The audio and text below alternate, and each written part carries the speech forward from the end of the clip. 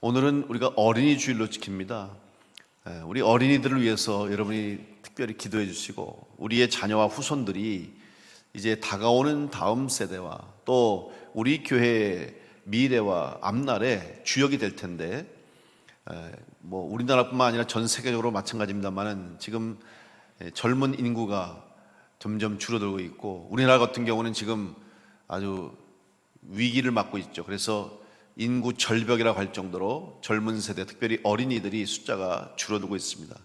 이런 때 우리가 우리 아이들에게 어떻게 가르칠 것인가, 특별히 그 아이들이 어떻게 신앙을 이어갈 수 있도록 할 것인가 하는 것에 관심을 가지고, 또 우리 교회도 고민해야 될 것이고, 이 아이들이 교회에 관심을 두고 있지 않고 교회에 나오는 것을 원치 않는 이때에 우리 아이들에게 또 어떻게 복음을 전할 것인가, 또 그들에게 어떻게 영적인 유산을 물려줄 것인가에 대한 고민과 노력을 해야 될 것입니다.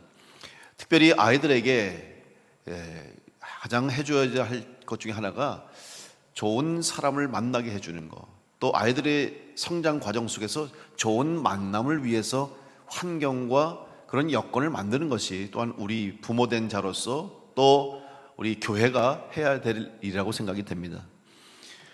왜냐하면 우리는 살아가면서 누군가에게 영향을 받고 살고 또 다른 사람에게 영향을 주고 사는 것이 우리의 인생입니다.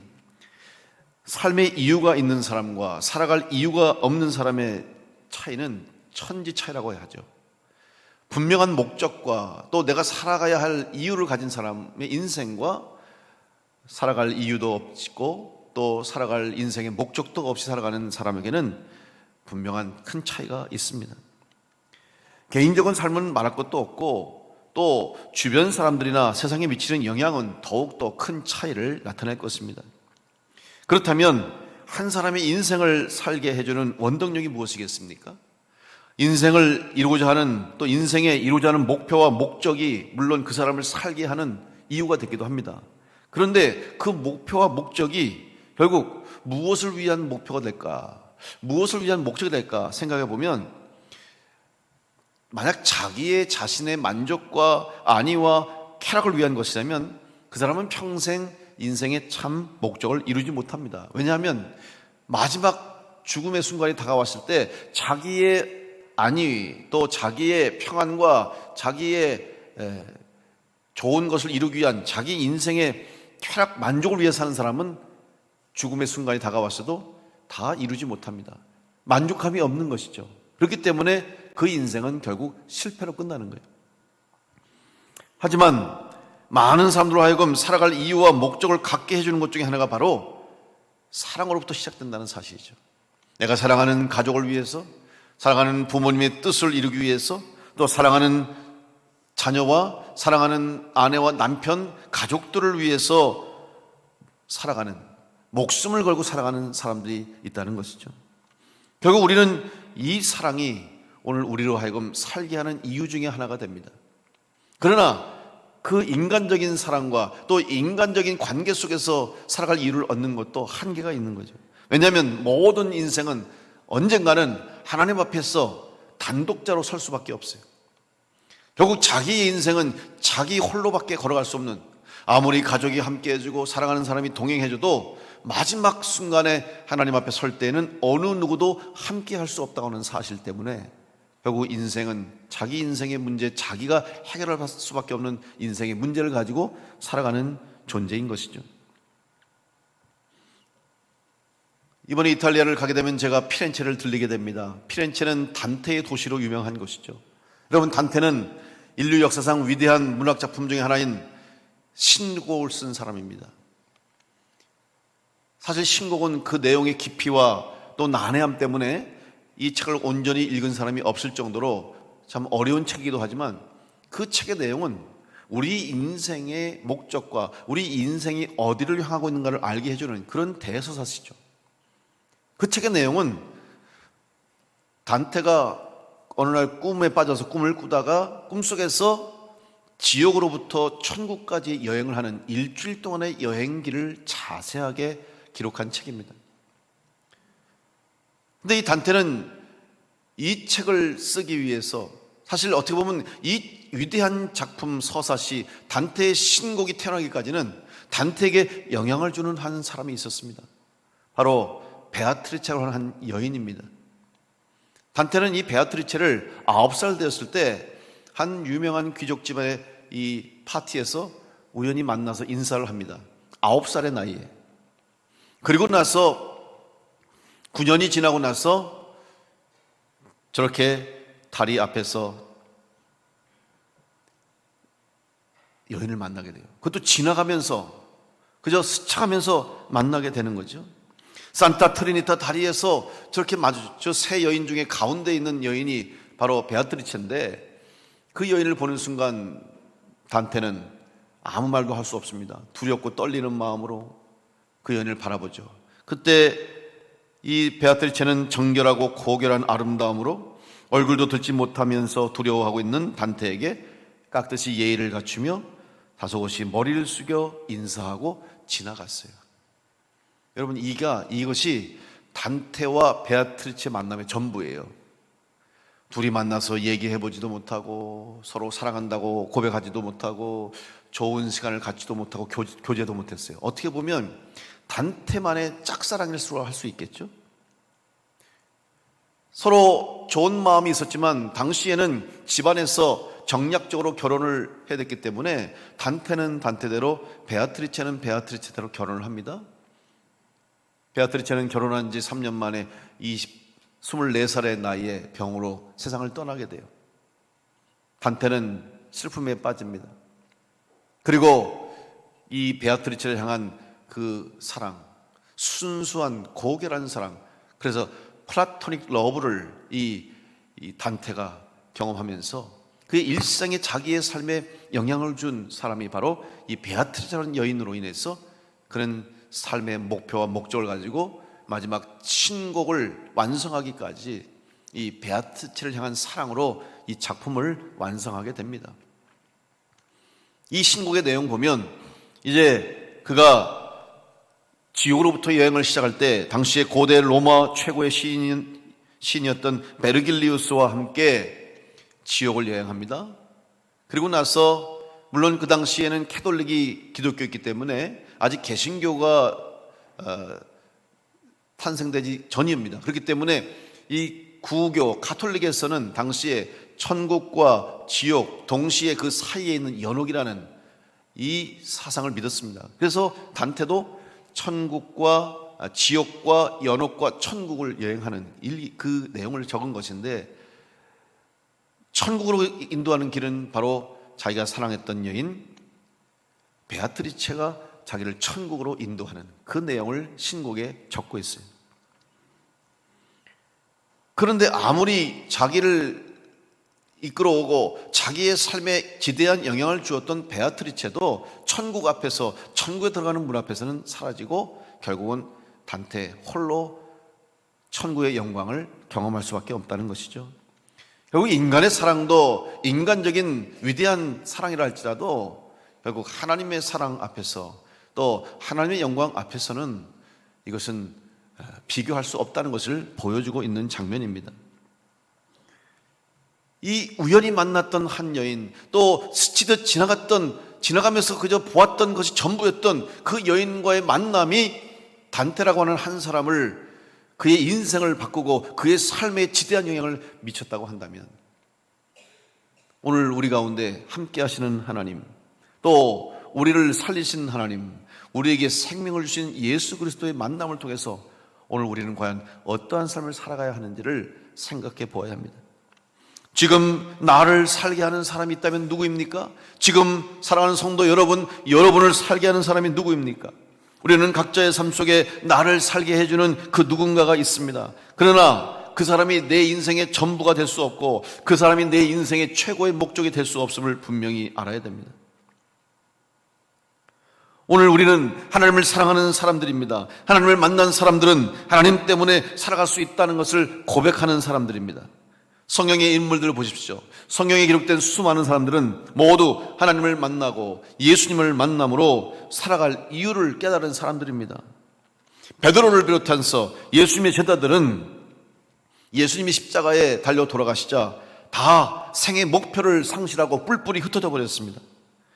각자의 삶의 자리에서 그저 예전의 모습처럼 살아갈 이유를 모른 채 살아갈 목적도 없이 그냥 그렇게 살아가고 있었습니다. 그때 부활하신 주님이 그들을 찾아오셨고 주님께서 약속하신 성령을 받은 이후에 그들은 변화됐습니다. 새로운 삶을 시작하게 됐습니다. 이제는 더 이상 자기 자신의 목표와 목적을 위한 삶이 아니라 하나님이 주신 새로운 목적, 예수님께서 주신 새로운 삶의 목적을 가지고 살아가게 됐습니다. 주님을 따르는 목적이 그들의 인생, 그들의 삶을 변화시키게 된 것이죠. 오직 하나님의 구원을 이루기 위해서 부름받은 부활의 증인으로 세상에 보냄받았다는 사실을 깨닫게 되었습니다. 베드로는 성령 받은 후에 처음 설교를 합니다. 오늘 사도행전 2장의 이 본문의 말씀이 베드로가 성령 받은 후에 처음 한 설교의 내용입니다. 오늘 성경 본문에 특별히 베드로가 설교하면서 강조하는 말이 있어요. 그가 강조하는 내용을 있습니다. 오늘 말씀 보면 베드로가 이렇게 말합니다. 이스라엘 사람들아, 이 말을 들으라. 너희도 아는 바와 같이 하나님께서 나사렛 예수로 큰 권능과 기사와 표적을 너희 가운데서 베푸사 너희 앞에서 그를 증언하셨느니라. 그가 하나님께서 정하신 뜻과 미리 아신 대로 내준 바 되었거늘 너희가 법 없는 자들의 손을 빌려 못 박아 죽였으나 하나님께서 그를 사망의 고통에서 풀어 살리셨으니 이는 그가 사망에 매어 있을 수 없었습니다. 예수님이 이 땅에 오신 이유와 예수님이 이 땅에 오셔서 베푸신 행하신 모든 기사와 이적과 표적들은 다 하나님께서 행하신 일이라 하는 것이 베드로의 고백입니다. 또한 십자가에서 못 박아 죽으시고 장사 지낸 후에 사흘 만에 살아나셔서 부활하셔서 우리에게 영원한 생명을 주시고 부활의 소망을 주신 것도 하나님께서 하신 일이라 하는 것입니다. 베드로는 성령을 통해서 하나님의 구원이 예수 그리스도를 통해서 이 땅에 임하였음을 깨닫고 그것을 선포하게 된 것입니다. 이 복음을 깨달은 이후에 베드로는 변화됐습니다. 그리고 그의 인생의 목적이 새로 생겼습니다. 이제 그 복음을 전하는 것이 나의 삶의 목적이라는 것을 알고 복음 전도자와 사도의 삶을 살아가게 된 것입니다. 여러분, 바로 하나님께서 하셨다는 이 단어 반복적으로 나옵니다. 하나님께서 나사렛 예수로 권능과 기적과 이사를 행하게 하셨고 하나님께서 정하신 뜻과 아신 대로 예수님을 보내주셨고 하나님께서 그를 사망의 고통에서 풀어 살리셨다 하는 하나님께서 하신 일이라는 것이 베드로의 신앙 고백의 중심이 되는 것입니다. 여러분, 예수님께서 이 세상에 오셔서 베푸신 모든 기적과 이사와 표적 바로 하나님이 예수님 통해서 이루어 주신 거예요. 오늘 우리는 이 세상에서 구원받은 성도들 또 구원받은 하나님의 자녀로 살아가고 있습니다. 우리는 예수님 때문에 이 땅에서 살아가야 할 이유를 찾은 사람들입니다. 사도행전에 기록된 초대교회 사도들과 성도들은 새로운 삶의 목적과 다 이유를 찾았습니다. 그리고 그것이 진짜 사는 것임을 확신하게 됐습니다. 베드로는 그의 설교를 통해서 오늘 본문의 말씀 이후에 이어지는 이제 사도행전 2장 25절로 28절에 보면 다윗이 기록한 시편 16편 8절과 11절의 말씀을 인용하고 있어요. 이 말씀을 보면 다윗은 이렇게 찬양합니다. 내가 여호와를 항상 내 앞에 모시며 그가 나의 오른쪽에 계심으로 내가 흔들리지 아니하리로다. 이러므로 나의 마음이 기쁘고 나의 영도 즐거워하며 내 육체도 안전히 살리니 이는 주께서 내 영혼을 수월에 버리지 아니하시며 주의 거룩한 자를 멸망시키지 않으실 것임이니이다.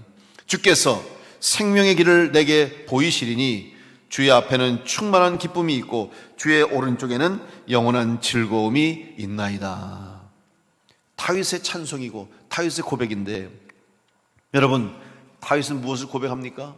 자기가 골리앗을 쓰러뜨릴 때나 또 사울왕이 자기를 죽이려고 추격할 때 사망의 그림자가 죽음의 그림자가 자기를 엄습할 때에도 두려워하지 않고 염려하지 않고 걱정하지 않고 담대하게 승리할 수 있었던 이유가 뭐냐? 바로 하나님이 나로 살게 하신다는 믿음이 있었기 때문이에요. 나의 생명을 주신 분도 하나님이시고 내 생명을 거둬가실 분도 하나님이시고 나의 삶의 주인은 오직 하나님밖에 없습니다라는 믿음과 고백이 있을 때 다윗은 흔들리지 않고 두려워하지 않고 그 모든 환난과 고통의 순간을 넉넉히 이기게 된 줄로 믿습니다. 오늘 여러분에게도 우리에게도 동일한 하나님의 은혜가 임함을 믿으시고 여러분 바로 여러분을 힘들게 하고 여러분을 두렵게 하는 삶의 환경과 상황이 있다 할지라도 다윗 같은 믿음으로 여러분 넉넉히 이기시길 간절히 축복합니다. 다윗은 고백했어요. 시편 124편 7절로 8절에 우리의 영혼이 사냥꾼의 올무에서 벗어난 새같이 되었나니 올무가 끊어짐으로 우리가 벗어났도다. 우리의 도움은 천지를 지으신 여호와의 이름에 있도다. 사람의 본성은 자유를 갈망하게 되어 있습니다. 자유를 추구하는 것이 인간의 본능입니다. 그런데 여러분 이 세상의 자유는 진정으로 인류를 구원할 수 없습니다. 인류의 역사에서 자유를 얻었다고 다 이루어지지 않았고 다 문제가 해결되지 않음을 우리는 잘 알고 있습니다. 오히려 자유 때문에 더 큰 불행과 더 큰 고통을 겪을 때가 많습니다. 인간을 고통스럽게 만드는 삶의 올무로부터 벗어났다고 기뻐하고 즐거워하다가 마귀의 밥이 되고 죽음을 삼켜버리는 인생으로 끝나게 되는 것을 우리는 보게 됩니다. 자유를 얻었다고 자유로워졌다고 경거망동하다가 방종하여 모든 것을 잃게 되고 맙니다. 성령 충만한 사람이 되면 예수님께서 우리에게 주신 구원의 의미와 구원받은 성도가 누리는 참 자유가 무엇인지를 깨닫게 됩니다. 하나님께서 오늘 예수 그리스도를 통해서 우리에게 주신 참 자유는 단순한 자유가 아니라는 것을 아셔야 됩니다. 여러분 다윗이 고백한 시편 124편에 사냥꾼의 올무에 있는 것 같은 우리의 영혼, 지금 우리를 옥조이고 있고 우리를 묶어버리고 있는 이 고통스러운 인간의 문제, 삶의 문제, 이 문제를 누군가가 해결해 준다면 또 우리를 고통스럽게 만드는 또 우리를 힘들게 만드는 그 올무로부터 벗어났다고 정말 기뻐할 일인가? 모든 것이 다 이루어진 것인가? 그렇게 생각해서는 안 됩니다. 여러분 한번 곰곰이 생각해 보세요. 지금 사냥꾼의 올무에 걸렸다고 그랬어요. 여러분 사냥꾼이 올무를 놓은 이유가 무엇입니까? 목적이 무엇입니까? 짐승을 잡아서 거기 걸리는 짐승들을 잡아서 사냥꾼의 먹잇감이 되는 것이고 사냥꾼이 취하는 거예요. 그러면 그 올무에 걸려서 고통스러워하던 짐승이 사냥꾼이 와서 올무를 끌어줬다고 야 내가 드디어 살았구나, 아 이젠 살 것 같다, 이제 자유를 얻었구나, 해방이나 그렇게 생각합니까? 잠시 잠깐 그렇게 생각할 수 있겠지만 얼마 가지 않아서 사냥꾼의 손에 죽고 말 거예요. 왜냐하면 사냥꾼의 목적은 거기에 걸린 새나 짐승을 잡아서 죽이는 것이 그의 목적이기 때문에 잠시 올무가 끊어졌다고, 잠시 올무에서 벗어났다고 기뻐할 이유가 없는 거예요. 오히려 더 두려움이 밀려올 거예요. 정말 마지막이 무엇인가 안다면 오히려 올무가 끊어지는 그 순간이야말로 죽음이 눈앞에 다가온 순간이 아니겠습니까? 그런데 만약 누군가가 사냥꾼이 놓은 올무에 걸린 새나 짐승을 불쌍히 여겨서 살려주려고 그 올무를 끊었다면 어떻게 될까요? 그렇다면 거기에 걸린 짐승과 새는 진짜 생명을 얻는 것이고 참 자유를 얻는 것입니다. 사랑하는 성도 여러분, 오늘 우리의 인생을 올가매고 우리를 죄와 죽음으로 몰아붙이기 위해서 우리를 괴롭히고 고통스럽게 만드는 악한 영들의 올무에 묶여있는 우리들을 살리시기 위해서 하나님께서 예수님 보내주셔서 예수 그리스도께서 십자가에 죽으심으로 우리의 올무, 죄와 사망으로 묶여있는 우리의 올무를 끊어주시고 우리에게 참 생명과 영원한 자유를 허락하신 줄로 믿습니다. 이것이 바로 오늘 우리가 누리는 복이라는 사실입니다.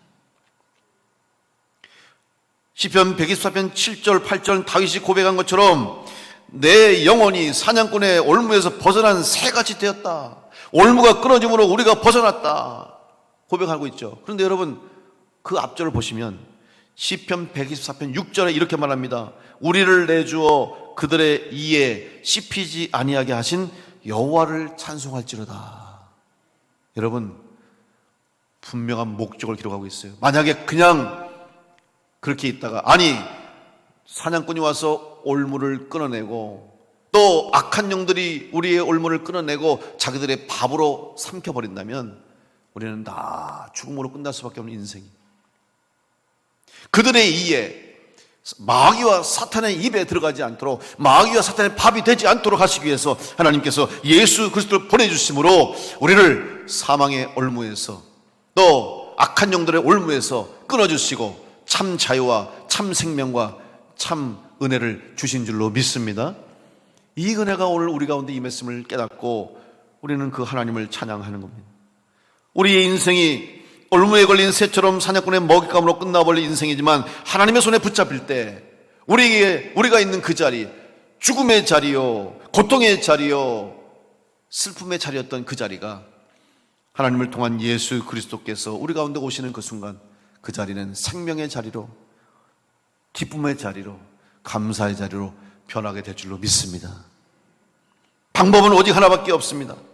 우리의 도움은 천지를 지으신 여호와의 이름에 있다라고 하는 다윗의 찬송처럼 하나님만이 나를 살리시고 하나님만이 나를 지키시고 하나님만이 나를 보호하신다는 고백이 있을 때, 신앙이 있을 때 우리는 주님께 주시는 참 은혜로 참 생명을 얻고 하나님이 나를 살리시는 분임을 고백하는 성도로 승리하게 될 줄로 믿습니다.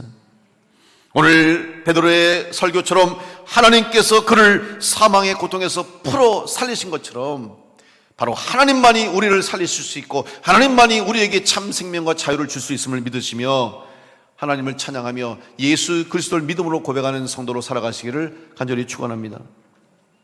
참 생명을 얻은 사람은 이 세상에 누릴 진정한 자유가 무엇인지 알게 됩니다. 진정한 자유는 우리를 살리신 분이 누구신지를 아는 것입니다. 요한복음 8장 32절에 진리를 알지니 진리가 너희를 자유롭게 하리라. 그렇다면 진리가 무엇입니까? 예수님이 친히 가르쳐 주셨습니다.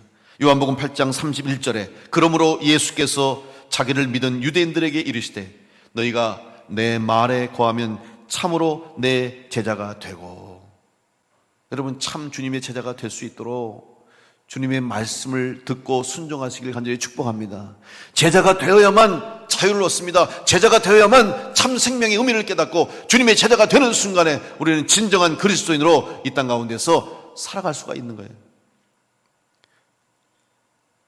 한국교회의 제자 훈련을 통해서, 제자 양육을 통해서 교회를 부흥시키고 한국교회에 지대한 영향을 끼치고 수많은 사람들을 주님의 제자로 그리스도인으로 구원한 그 일을 위해 쓰임받은 목사님, 사랑의 교회에서 은퇴하시고 하나님 나라 가신 옥하는 목사님이 계세요. 그분은 제자 훈련과 제자 양육을 통해서 한국 기독교에 큰 영향을 미친 분이에요. 그런데 그분이 은퇴하시고 세상 떠나기 전에 이런 말을 하세요. 그동안 내가 해온 제자 훈련은 다 실패했습니다.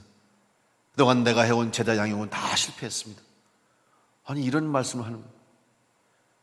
그분을 통해서 얼마나 많은 사람들이 예수를 믿고 진정한 주님의 제자가 되었다고 고백하고 사랑의 교회가 얼마나 전 세계적인 교회로 성장했습니까? 그런데 그분이 한 말은 실패했다는 거예요. 나는 제자 훈련, 제자 양육 실패했다는 거예요. 물론 실패한 것이 아니겠죠. 그런데 그분이 왜 그런 말을 했냐면 정말 주님의 젠 제자가 많지 않다는 거예요. 정말 주님의 젠 제자단 성도들을 찾아보기 어렵다는 말씀이죠. 여러분, 제자가 된다는 것이 성경 말씀을 배운다고 제자가 되는 것입니까? 성경에 대한 지식을 많이 아는 것이 제자가 되는 것입니까? 교회에서 많은 봉사를 하고 충성을 하고 크게 쓰임받는 것이 제자가 되는 것입니까? 진정한 제자는 오늘 주님이 말씀하는 것처럼 너희가 내 말에 거하면 참으로 내 제자가 되리라. 주님이 원하시는 제자는 주님 말씀대로 살아가는 것이고 주님 말씀대로 순종하는 자가 진정한 주님의 제자가 된다고 하는 말씀이죠. 이 관점에서 볼 때 옥하는 목사님의 시선에서는 진짜 제자가 보이지 않다고 하는 안타까운 오늘의 현실을 말씀하고 있는 거죠. 사랑하는 성도 여러분, 우리는 다윗처럼 베드로처럼 하나님의 구원을 얻은 하나님의 백성입니다. 그리고 예수 그리스도를 통해서 하나님의 구원의 은혜를 받고 그러므로 예수님의 제자가 되었습니다. 오늘 주님의 제자가 된 우리들이 주의 말씀을 마음에 새기고 살아야 하는데 과연 우리의 마음 속에는, 우리의 심령 속에는 주의 말씀이 새겨져 있습니까? 그 말씀대로 살아가고 있습니까? 여러분의 삶 속에서 그 말씀이 실천되고 있습니까? 그리고 내가 살아가는 이유는 하나님 때문입니다. 내가 살아갈 이유는 예수 그리스도 때문입니다라고 고백할 수가 있습니까? 주님이 오늘 우리에게 부탁하시는 간절한 바람, 나를 살게 하시는 분은 하나님이시요, 나를 살리시고 나와 동행하신 분도 하나님이시고 내가 살아갈 이유 역시 주님입니다 라는 고백이 오늘 우리 가운데, 우리 교회 가운데 있어야 할 줄로 믿습니다.